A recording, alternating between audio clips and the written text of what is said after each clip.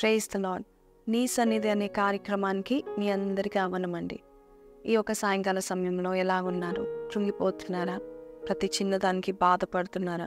దేవుడు ఈరోజు చక్కటి వాగ్దానాలతో కూడిన చక్కటి మెసేజ్ని దేవుడు మీకు ఇస్తూ ఉంటున్నాడు. కొన్నిసార్లు మన జీవితంలో కొన్ని సందర్భాల్లో ముందుకు వెళ్ళలేని పరిస్థితిలో మనం ఉంటాం. ఈరోజు ఒకవేళ మీరు అటువంటి స్థితిలో ఉన్నట్లయితే ఈ వాక్యము మొత్తం వినండి, ఆఖరిగా ప్రార్థనలో ఏకీభవించండి.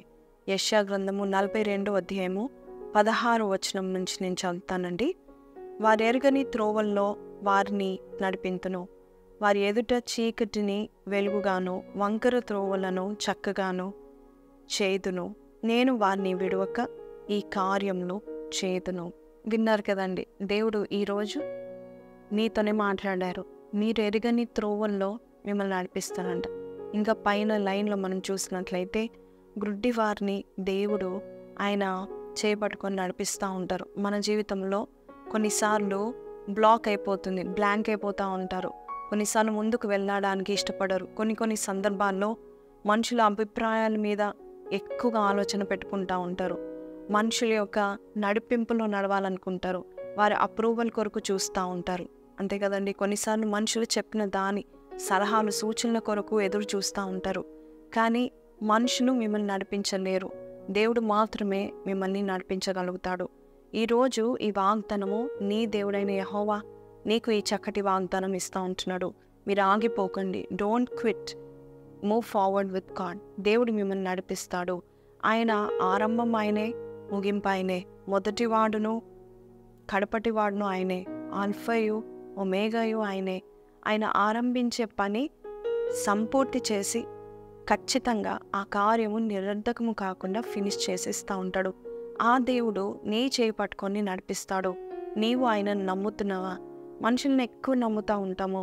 మనుషులు నడిపిస్తారు, మనుషులు ఉంటారు, మనుషులు చేయి పట్టుకుంటారు అనుకుంటాం. కానీ ఒకసారి యేసయ్య చేయి చూడండి, ఆయన యొక్క చేతిని చూడండి. మన పేరును ఆయన యొక్క అరచేతిలో ఒక పచ్చబొట్టు చెక్కినట్టుగా చెక్కుని ఉన్నాడు. ఆయన నిన్ను చేయి పట్టుకొని నడిపిస్తాడు. ఒక గొప్ప దైవ సేవకుడు ఉన్నాడండి బైబిల్లో. ఆయన ఒకరోజు చాలా నిరుత్సాహపడిపోయి, ఇక నన్ను తీసుకెళ్ళిపో ప్రభువా, ఇంకా నన్ను చంపేసే, ఇంకా నేను ముందుకు ఏమాత్రము వెళ్ళలేను, నేను అలసిపోయాను, ఇంకా నా వల్ల కాదు అని ప్రార్థన చేశాడు. ఆయన పేరు ఏలియా. చచ్చిపోవాలని అనిపించింది ఆయనకి. మొదటి రాజులు 19వ అధ్యాయము 4వ వచనము. తాను ఒక దిన ప్రయాణము అరణ్యంలోనికి పోయి ఒక బదరీ వృక్షము క్రింద కూర్చుండి మరణాపేక్ష గలవాడై, యెహోవా, నా పితరుల కంటే నేను ఎక్కువ వాడను కాను, ఇంత మట్టుకు చాలును, నా ప్రాణము తీసుకును అని ప్రార్థన చేసెను.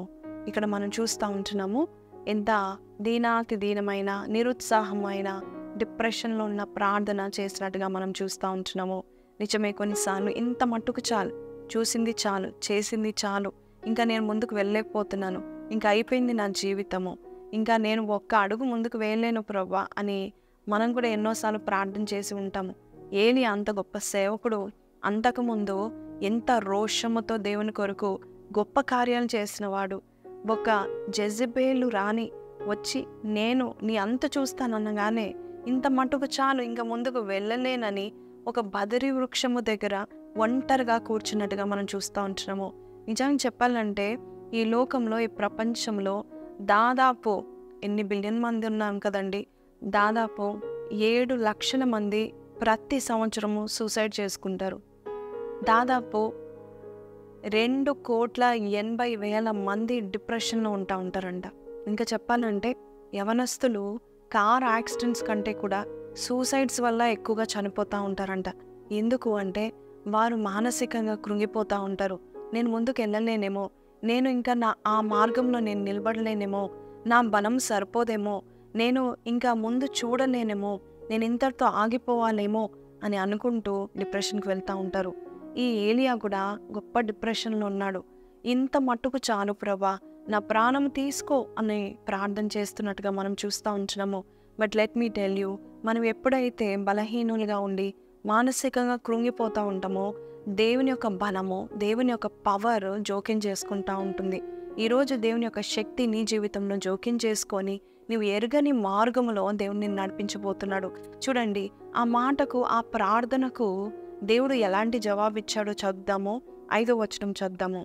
అతడు బదరీ వృక్షము క్రింద పరుండి నిద్రించుచుండగా ఒక దేవదూత వచ్చి అతని ముట్టి, నీవు లేచి భోజనము చేయమని చెప్పెను. అతడు చూచినంతలో అతని తల దగ్గర నిప్పుల మీద కాల్చబడిన అప్పమును నీల బుడ్డియు కనబడెను. కనుక అతడు భోజనము చేసి తిరిగి పరుండెను. అయితే యెహోవా దూత రెండవ మారు వచ్చి అతని ముట్టి, నీ శక్తికి మించిన ప్రయాణము నీకు సిద్ధమై ఉన్నది, నీవు లేచి భోజనము చేయమని చెప్పెను. చూసాం కదండి, ఇక్కడ ఒక చిన్న ఇన్సిడెంట్ జరిగింది. దేవుని బిడ్డలు నిరుత్సాహపడినప్పుడు దేవుడు బలపరచడానికి ప్రయత్నం చేస్తూ ఉంటాడు. నీవేం ప్రార్థన చేస్తున్నావు, ఎందుకు అలా చేస్తున్నావు అని దేవుడు అడగలేదు. కానీ ఆయన ప్రార్థనకు జవాబు దేవుడు ఎలాగిచ్చారంటే, ఒక దేవుని దూతను పంపించి భోజనం చేయమని చెప్పాడు. డిప్రెషన్లో ఉండొద్దని చెప్తా ఉంటున్నాడు. చూడండి, చాలామంది 2 వారాల కంటే పైగా డిప్రెషన్లో ఉంటే వారికి ఆకలి చచ్చిపోతుందంట. వారు దేని మీద ఇంట్రెస్ట్ ఉండదంట. వారు ఎందుకు జీవిస్తున్నామా అని ఇమోషనల్గా అయిపోతారంట. మానసికంగా మొద్దుబారిపోతూ ఉంటారు. సో మనము కూడా చూసినట్లయితే మన జీవితంలో ఏదైనా సంఘటన, ఏదైనా పరిస్థితి, ఏదైనా మన జీవితంలో అన్ఎక్స్పెక్టెడ్గా ఏ శ్రమ వచ్చినా, లేక మనుషులు తృణీకరించినా, లేక నీ జీవితంలో జాబ్స్ కొరకు లేక సఫలత కొరకు నువ్వు ఎదురు చూస్తూ ఉంటుండగా అది జరగనప్పుడు, అలాగే నీ కుటుంబ విషయంలో నీవు నీరసిల్లిపోయినప్పుడు, ఆ బాధ్యతలు, ఆ బరువును చూసి నీకు ముందుకు వెళ్ళాలని అనిపించదు కొన్నిసార్లు. నిజమే, మన జీవితంలో కూడా మనము చూస్తూ ఉంటాము. ఏంటంటే ఒక పాయింట్ వస్తుంది, నేను ముందుకు వెళ్ళలేనేమో, నా వల్ల కాదేమో, నేను ఇంతటితో ఆగిపోవాలేమో. ఇంత గొప్ప దైవజనుడు, దేవుని తెలిసిన వాడు, దేవుని శక్తితో పనిచేసిన వాడు, అంతకు ముందు ఆ 400 బయలు ప్రవక్తలను హతం మార్చి ఒక బలమైన కార్యము చేసిన అతను ఇంకా నా వల్ల కావట్లే, ఇంత మట్టుకు చాలు, ఇంకా చాలు అని చెప్తా ఉంటాడు. కొన్నిసార్లు ప్రార్థనలో మనమే దేవునికి బోధ చేస్తూ ఉంటామంట. మనమే అన్నీ నేర్పిస్తూ ఉంటాం. ఇంత చాలు ప్రభా, ఇంకా ముందుకు వెళ్ళలేను అని ఏలియా ప్రార్థన చేశాడు. మనం కూడా ఇంకా నా వల్ల కాదనుకుంటాం. కానీ మన దేవుడు ఎంత మంచివాడంటే, God will make you more stronger అండి. నేను ఇంకా బలపరచడానికి ప్రయత్నం చేస్తూ ఉంటాడు. నీవు ఈరోజు ఒంటరిగా కూర్చొని మాటలు వింటున్నావేమో, దేవుడు నీతో మాట్లాడుతూ అంటున్నాడు. ముందు ప్రయాణం ఉంది, ముందు అడుగులు వేయాలి, ముందు ఇంకా నీవు పెద్ద పెద్ద అడుగులు వేస్తూ పర్వతాలు, శిఖరాలు ఎక్కాలి, సముద్రాలు దాటాలి, సముద్రాల పైన నువ్వు నడవాలి. నీవు ఎటువంటి ఆటంకం వచ్చినా, ఎన్ని శ్రమలు నీకు కలిగినా, ఎన్ని దెబ్బలు నీకు తగిలినా, దేవుడు, నీ దేవుడు, ఆయన చెయ్యి విడువని దేవుడు, ఆయన నిన్ను పట్టుకుని నడిపిస్తూ ఉంటాడు. 2 సమూయేలు గ్రంథము 22వ అధ్యాయము 37వ వచనం. నా పాదములకు చోటు విశాలపరచుదువు, నా చీల మండలు వెనుకలేదు. ఈ ప్రార్థన వింటూ ఉంటున్నాం కదండి. 34వ వచనం కూడా చెప్తా ఉంటున్నాడు, నా కాలు జింక కాలు వలె చేసి ఎత్తైన ఉన్నతమైన స్థలంలో నిలబెడతాను. నిజమే, మన కాలు జింక కాలు అవ్వవు, కానీ దేవుడు అలాగా మన చీల మండలను బెనుకకుండా బలపరచడానికి, ముందుకు వెళ్ళడానికి, పరిగెత్తడానికి, పర్వతాలు ఎక్కడానికి, దేవుని కొరకు ఇంకా బలమైన కార్యాలు చేయడానికి, మనం ఆగిపోకుండా సాగిపోవడానికి దేవుడు బలపరుస్తూ ఉంటాడు. దేవుడు మనల్ని బలపరిచినట్లయితే మనం ఏదైనా చేయగలుగుతాం. అందుకే కీర్తనకారుడు ఈ మాట అంటా ఉంటున్నాడు. 37వ కీర్తన 24వ వచనము. యెహోవా అతని చేయి పట్టుకొని ఉన్నాడు కనుక అతడు నేలను పడినను లేవలేక ఉండడు. 23వ వచనం చదువుతాను చూడండి. ఒక నడత యెహోవా చేతనే స్థిరపరచబడును, వాని ప్రవర్తన చూచి ఆయన ఆనందించును. ఈరోజు దేవుడు నీ ప్రవర్తన చూస్తున్నాడు. కృంగిపోతున్నావని నువ్వు అనుకోకు. దేవుని వైపు ఏలియా చేసినట్టుగా ఒక్క చిన్న ప్రార్థన చేసిన దేవుడు నిన్ను బలపరుస్తాడు. ఆహారం ఇచ్చాడు, దేవదూతలు వచ్చి వండారు, ఆహారం ఇచ్చి బలపరిచాడు. నిజంగా మనము మానసికంగా కృంగిపోయినప్పుడు మన తిండి వల్ల మనం కంఫర్ట్ పొందుకుంటాం. చాలాసార్లు కృంగిపోయినప్పుడు ఎక్కువగా తింటాము, లేదంటే అసలుకే తినము. అయితే దేవుడు మనం బలహీనంగా ఉన్నామని తెలిసి ఆయన యొక్క వాకును మనకు దయచేస్తాడు. ఈరోజు ఈ వాక్యము నీకు ఆహారం లాంటిదే. దేవుడు అంటున్నాడు 42:16 యెషయా గ్రంథంలో ఉన్నట్టుగా, నీవు తెలియని మార్గములో నేను నిన్ను నడిపిస్తాను, చేయి పట్టుకొని నడిపిస్తాను. ఎలాంటి మార్గములంటే నీకు కీర్తిని తెచ్చే మార్గము. నీవు క్షీణించిపోకుండా, నీవు అలసిపోకుండా, నీవు నీ యొక్క పేరు మాసిపోకుండా నేను నిన్ను నడిపిస్తానని దేవుడు చెప్తా ఉంటున్నాడు. ఈరోజు నువ్వు ఏ కార్యం చేసి లేక నువ్వు ఏ స్థితిలో ఉండి నీవు ఈ మాటలు వింటున్నావు నాకు తెలియదు, కానీ దేవుడు చెప్తున్నాడు, ఇంతకుముందు జరిగిన కార్యాలు, గతంలో జరిగినవన్నీ నువ్వు మర్చిపో. ఈ రోజు నుంచి నేను ముందుకు నేను నిన్ను నడిపిస్తాను. మనుషులు నిన్ను నడిపించలేరు. నీ అంతట నువ్వు వెళ్ళలేవు. నీ చీల మండలం వెనుకకుండా నేను నడిపిస్తాను. నీ పాదములకు బలమును నేను అనుగ్రహిస్తాను. కాబట్టి నువ్వు డోంట్ గివ్ అప్ యెట్. దేవుడు చెప్తున్నాడు, నువ్వు ఇంకా ఆగిపోకు, సాగిపో, నేను నడిపిస్తానని దేవుడు చెప్తా ఉంటున్నాడు. కొన్నిసార్లు మన జీవితంలో మన పై అధికారులను చూస్తాం, మన కుటుంబీకులను చూస్తూ ఉంటాము, మన స్నేహితులను చూస్తాం, మన తోటి వారిని చూస్తూ ఉంటాము. కొన్నిసార్లు వారికి ఎన్నో చెప్పుకుంటూ ఉంటాం, కొన్నిసార్లు వారికి చెప్పుకోకుండా మనం బాధపడుతూ ఉంటాము. అటువంటి స్థితిలో నడవలేని, ఓపిక లేని స్థితిలో మనం ఉంటాం. ప్రకటన గ్రంథం 3వ అధ్యాయంలో ఒక మాట ఉందండి, నీ బలం కొద్దిగా ఉంది కాబట్టి నీ ఎంతటి నీవు తలుపులు తెరుచుకోలేవు, కానీ నేను తెరుస్తానని దేవుడు చెప్తా ఉంటాడు. మన బలము కొద్దిగా ఉన్నప్పుడు, ఓపిక నశించిపోయినప్పుడు, అలసిపోయినప్పుడు, బలహీనమైన ఘటంగా మనం ఉన్నప్పుడు, మన శక్తి సరిపోదు ముందుకు వెళ్ళడానికి. అటువంటి సమయంలో దేవుని వైపు చూడు. ఆయన ద్వారాన్ని తెరిచే దేవుడు. ఆయన పేరు ద్వారము. ఆయన ద్వారం తెరవడం మాత్రమే కాదు, నిన్ను చేయి పట్టుకొని ఆ మార్గం గుండా నడిపిస్తూ ఉంటాడు. నువ్వు ఎక్కడ ఆగిపోయావో, ఏ విషయంలో ఆగిపోయావు, అది ఖచ్చితంగా జరుగుతుంది. 57వ కీర్తనలో ఉంది కదా, నేను నా కార్యము సఫలము చేయు దేవునికి నేను మొరపెట్టుచున్నాను. నిజమే, నువ్వు దేవునికి మొరపెట్టి, ప్రభా నేను ఇంకా ఆగిపోతానేమో, నాకు భయం వేస్తుంది, నీవు నన్ను నడిపించు ప్రభా అని నువ్వు ప్రార్థన చేస్తావా?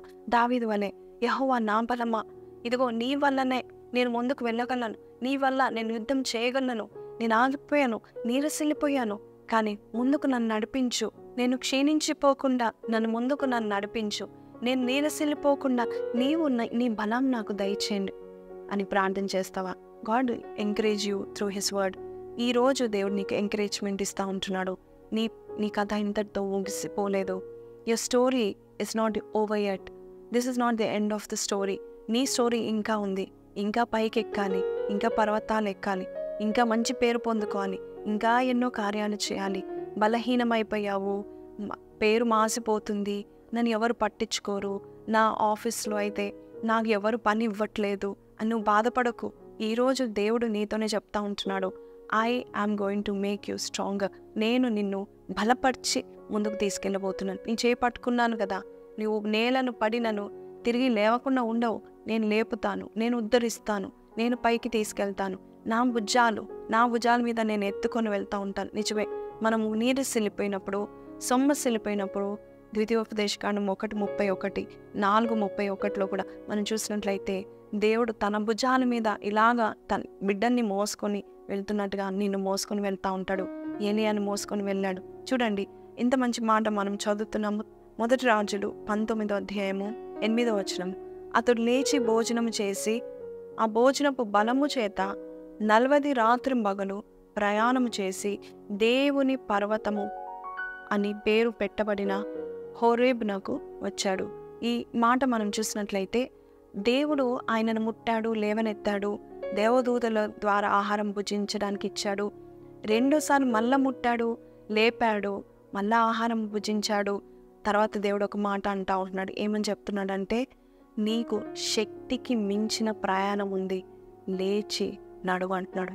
ఈరోజు దేవుడు నీ కూడా చెప్తున్నాడు, నీ శక్తి కొంచెము, నీ యొక్క బలము కొద్దిగా ఉంది. అయితే దేవుడు చెప్తున్న మాటలు విను. నీ శక్తికి మించిన ప్రయాణం ఉంది. నేను నిన్ను నడిపించబోతున్నాను. 40 దినాలు ఆయన ప్రయాణం చేశాడు. ఏమీ తినకుండా పరిగెత్తాడు. దేవుడు అట్టి శక్తిని ఏలియాకి ఇచ్చాడండి. గొప్ప కార్యాలు చేయడానికి దేవుడు నీ కూడా అట్టి శక్తిని ఇస్తూ ఉంటాడు. నీవు ఒకవేళ డిప్రెషన్ నుండి ఈ మాటలు వింటున్నట్లయితే, నీ హృదయం క్షీణించిపోయిన 73వ కీర్తనలో ఉంటుంది కదండి, ఆ మాట నేను చదువుతాను. 73వ కీర్తన 26వ వచనము.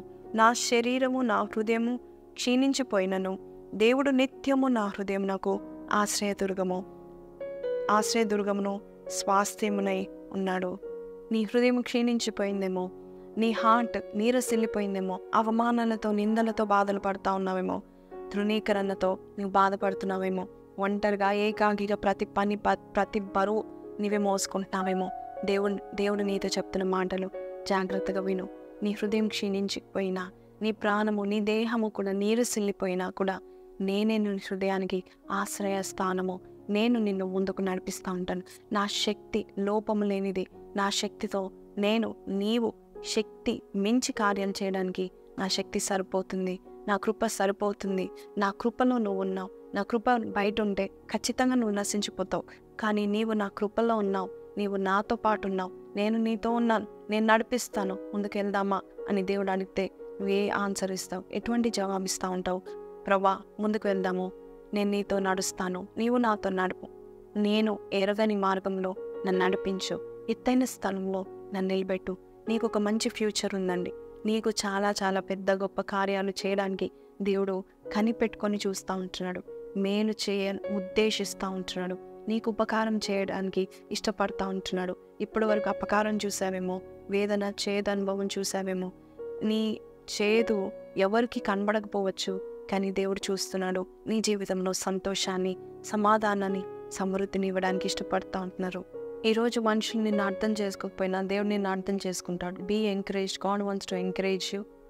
ఏలియా లాగా చనిపోవాలనుకుంటున్నావా? లేక ఏలియా వల్లే ఒక్కదానివే కూర్చొని ఆలోచన చేస్తూ ఉంటున్నావా? ఈరోజు దేవుడు నీకు చెప్తా ఉంటున్నాడు, డు నాట్ బీ అఫ్రేడ్. నేను నీకు తోడుగా ఉంటాను. కొన్నిసార్లు మనకు మన మార్గం తెలియకపోవచ్చు. చీకట్లో కూర్చుంటా ఉంటాము. కానీ దేవుడు అంటున్నాడు, నీ మార్గముల మీద నేను వెలుగు ప్రకాశిస్తాను. నీ యోచనలన్నీ కూడా నేను సఫలపరుస్తూ ఉంటాను. దేవుడు కొన్నిసార్లు మనం కృంగిపోయినప్పుడు ఎక్కువ బలాన్ని ఇస్తాడంట. ఎక్కువ బూస్ట్ని ఇస్తూ ఉంటారు. కొన్నిసార్లు ఎగ్జామ్స్ ముందు తల్లిదండ్రులు ఏం చేస్తూ ఉంటారు? పిల్లలకి ఎక్కువగా ఆహారం పెట్టడానికి, ఎక్కువగా పాలు ఇవ్వడానికి, బూస్ట్ ఇవ్వడానికి ఎక్కువగా కేర్ తీసుకుంటూ ఉంటారు. నిజమే, నీ దేవుడు కూడా అంతే. నీ పరీక్షల్లో, నీ సమస్యల్లో, నీ శ్రమల్లో నీకు ఎక్కువ కేర్ తీసుకుంటాడు. నీ విషయంలో ఎక్కువ దృష్టి పెడతా ఉంటాడు. నీ గురించి చింతిస్తూ ఉంటాడు. కొన్నిసార్లు దేవుడు, నేనున్నాను కదా, ఇదిగో నా అరచేతుల్లో నీ పేరు చెక్కి ఉన్నాను చూడు అని ధైర్యపరుస్తూ ఉంటాడు. ఎందుకు అలా చేస్తూ ఉంటాడు? ఎందుకంటే దేవుడు నీ ఒక ప్రయాణంలో ఇంతటితో ఆగిపోవడము దేవునికి ఇష్టం లేదు. దేవుడు నీ ప్రయాణంలో ఇంకా ముందుంది. ఎంతో ప్రయాణం చేయాలి, ఇంకా ఎన్నో చూడాలి, ఇంకా ఎంతో ఘనత ఉంది, ఇంకా ఎన్నో మేలున్నాయి. కష్టాలు ఇప్పటికే ఇన్ని కష్టాలు వచ్చే నేను ఆగిపోతాను అనకు. దేవుడు నీ చేయి పట్టుకొని ఉన్నాడు. నీవు నేలను పడినను తిరిగి లేవకుండా ఉండవు. ఖచ్చితంగా నీ చేయి పట్టుకున్న దేవుడు నేను భుజాల మీద ఎత్తుకొని నడిపిస్తాడు. ఈరోజు నీవి మాటలు వింటూ నీకు ధైర్యం పుడుతుందన్నట్లయితే దేవుని వాక్యము చదువు. దేవుని యొక్క వాక్యంలో ఆదరణ ఉంటుంది. 119వ కీర్తన 50 వచనం మనందరికీ తెలుసు కదండి. నీ వాక్యమే నన్ను బ్రతికించుచున్నది, నా బాధల్లో అది నాకు నెమ్మది కలిగిస్తుంది అని దేవుని యొక్క వాక్యం ఉంది కదా. ఆ వాక్యం పఠించు, వాక్యం భుజించు. వాక్యం తిన్న తర్వాత, వాక్యము నీ లోపల ఇంటర్నలైజ్ చేస్తున్న తర్వాత, నువ్వు తీసుకున్న తర్వాత గొప్ప బలముతో, ఎవ్వరు ఆపలేనంత శక్తితో నువ్వు ముందుకు వెళ్తూ ఉంటావు. రథాల కంటే వేగంగా వెళ్ళిపోతూ ఉంటావు. గుర్రాల కంటే వేగంగా నువ్వు పరిగెత్తుతూ ఉంటావు. ఇంతవరకు నీ కాంపిటీషన్ వల్ల నీ చుట్టూన్న వారు నిన్ను ముందుకు వెళ్ళనీయకుండా నిన్ను ఆపుతున్నారేమో, లేక నీకంటే వేగంగా వెళ్తున్నారేమో. అందరూ నాకంటే ముందు వెళ్ళిపోతున్నారు, అందరూ నాకంటే ముందు జాబ్స్ కొట్టేస్తున్నారు, పెళ్ళిళ్ళు చేసుకుంటున్నారు, నేను మాత్రం ఇక్కడే ఉండిపోయాను ఏంటి అని నువ్వు బాధపడనక్కర్లేదు. ఈరోజు దేవుడు చెప్తా ఉంటున్నాడు, నీ మార్గంలో నేను ఉన్నాను. నీ మార్గంలో నువ్వు ఒంటరిగా లేవు. నేను నీకు బూస్ట్ని ఇస్తాను, నేను నీకు బలంని ఇస్తూ ఉంటాను. కొన్నిసార్లు మనం చూస్తూ ఉంటాం కదండి, ఈ యొక్క బాక్సింగ్ రింగ్లో కానీ, ఈ యొక్క ఒలింపిక్స్లో, రన్నింగ్ రేసెస్లో మనం చూస్తూ ఉంటాము. ముఖ్యంగా ఈ బాక్సింగ్ రింగ్స్లో అలసిపోయినప్పుడు ఒక టైం ఇంటర్వెల్ ఉంటా ఉంటుంది. ఆ టైంలో వారు ఏదో ఒక ఎనర్జీ డ్రింక్ ఇస్తూ ఉంటారు. అలాగే దేవుడు కూడా నీ జీవితంలో ప్రతి విషయంలో నీవు తట్టుకునే శక్తిని ఇస్తాడు. అంతేకాదు నీకు బలాన్ని, శక్తినిచ్చి ముందుకు నడిపిస్తూ ఉంటాడు. నీవు ఏ పరిస్థితిలో ఉన్నావో ఆ పరిస్థితి దేవునికి తెలుసు. నువ్వు ఏ సిచ్యువేషన్లో ఉన్నావో ఆ సిచ్యువేషన్ దేవునికి తెలుసు. ఆయన ఒక్క మాట సెలవిస్తే చాలు, పరిస్థితి అంత తలక్రిందులు అయిపోతుంది. నీవు ఊహించని రీతిలో గొప్ప కార్యాన్ని నీ కొరకు దేవుడు చేస్తూ ఉంటాడు.